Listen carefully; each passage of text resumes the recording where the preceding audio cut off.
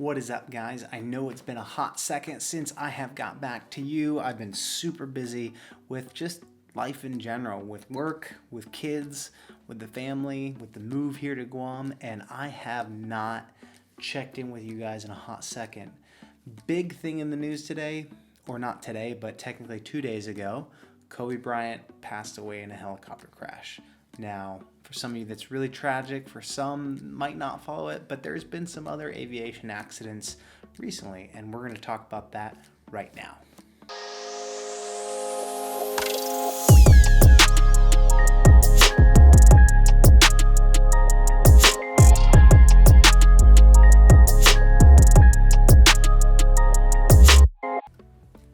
Okay, what's up, guys? So, for those of you who don't know me, my name is Jeff Jorgensen. I am an aviation rescue swimmer in the U.S. Navy. I have been doing this job for a little over 11 years now, coming up on 12 here in a hot second.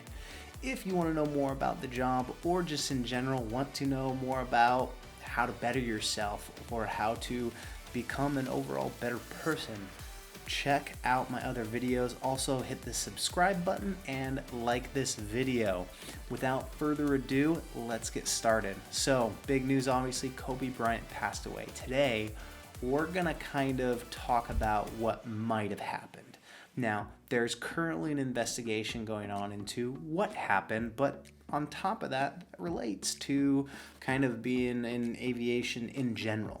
So, part of the hazard of being a aviation rescue swimmer in the Navy is the fact that you do fly in helicopters, and with helicopters there's a lot of things that can go wrong. Anytime there's a lot of moving pieces within an airframe or a computer or anything, anytime there's a lot of moving parts, there tends to be a lot of potential for hazards. Now, helicopters, it seems a lot of crashes in general, more than normal what people would seem. Now, when it comes to the crash of Kobe, there was this video that they posted.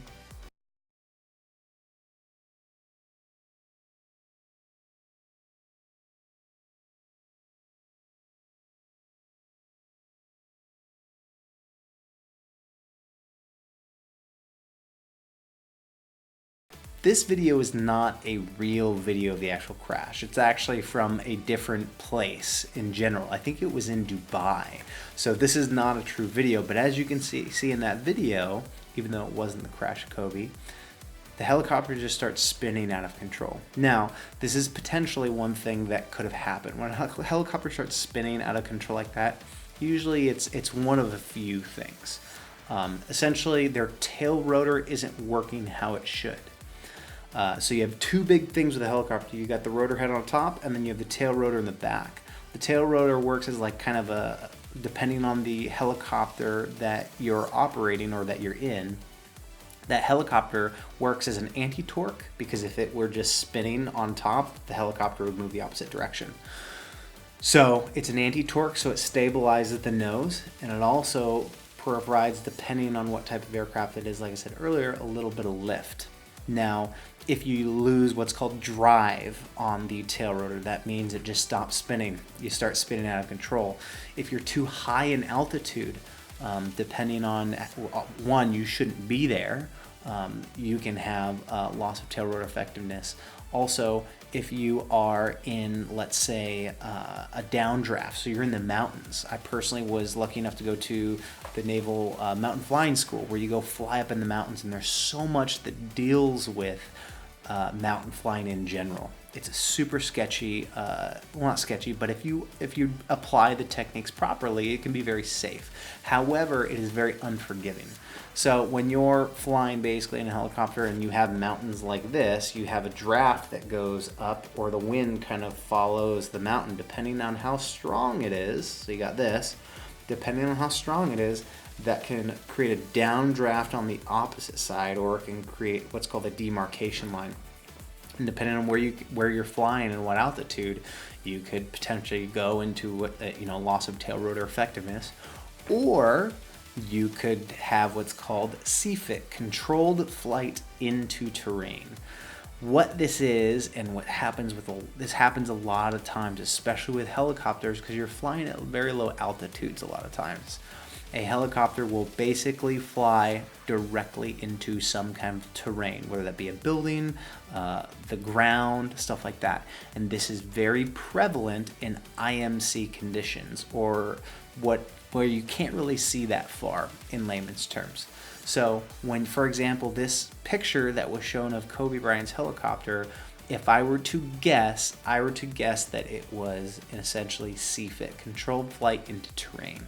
Sometimes this is because they put themselves in a bad spot because of inclement weather. Because that video showed kind of like a hazy environment, the visibility wasn't that great, they potentially put themselves into a bad spot.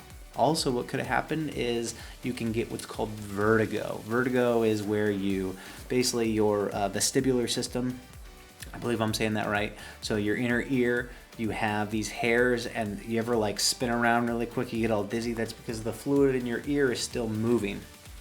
Okay, that works as a balancing act.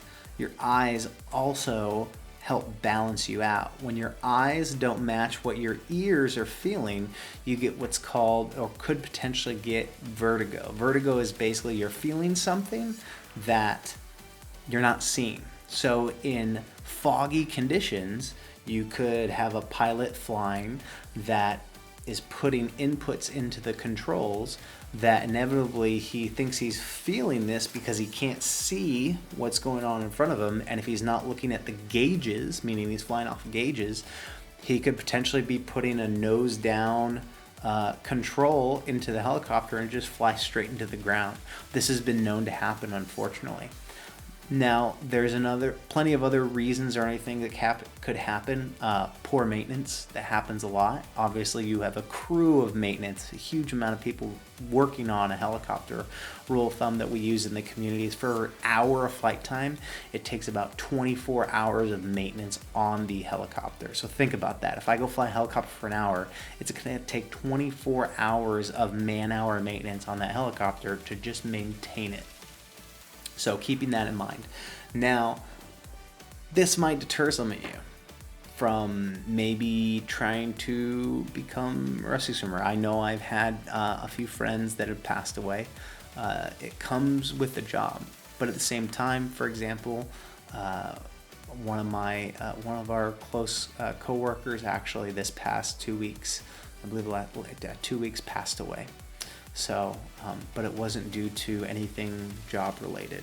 So it just goes to show you that, one, yes, it is inherently more dangerous, but it also is inherently dangerous driving, or it's inherently dangerous to do anything in life.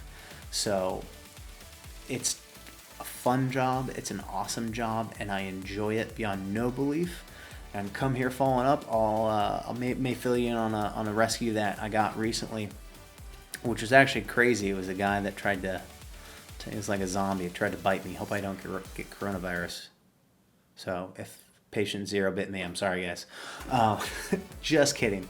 But keep this in mind, that no matter what job or profession you do, even, for example, in Kobe's line of work, it can be dangerous even on the off time. So it's horrible that this happened. There's a ton of other factors that go into it.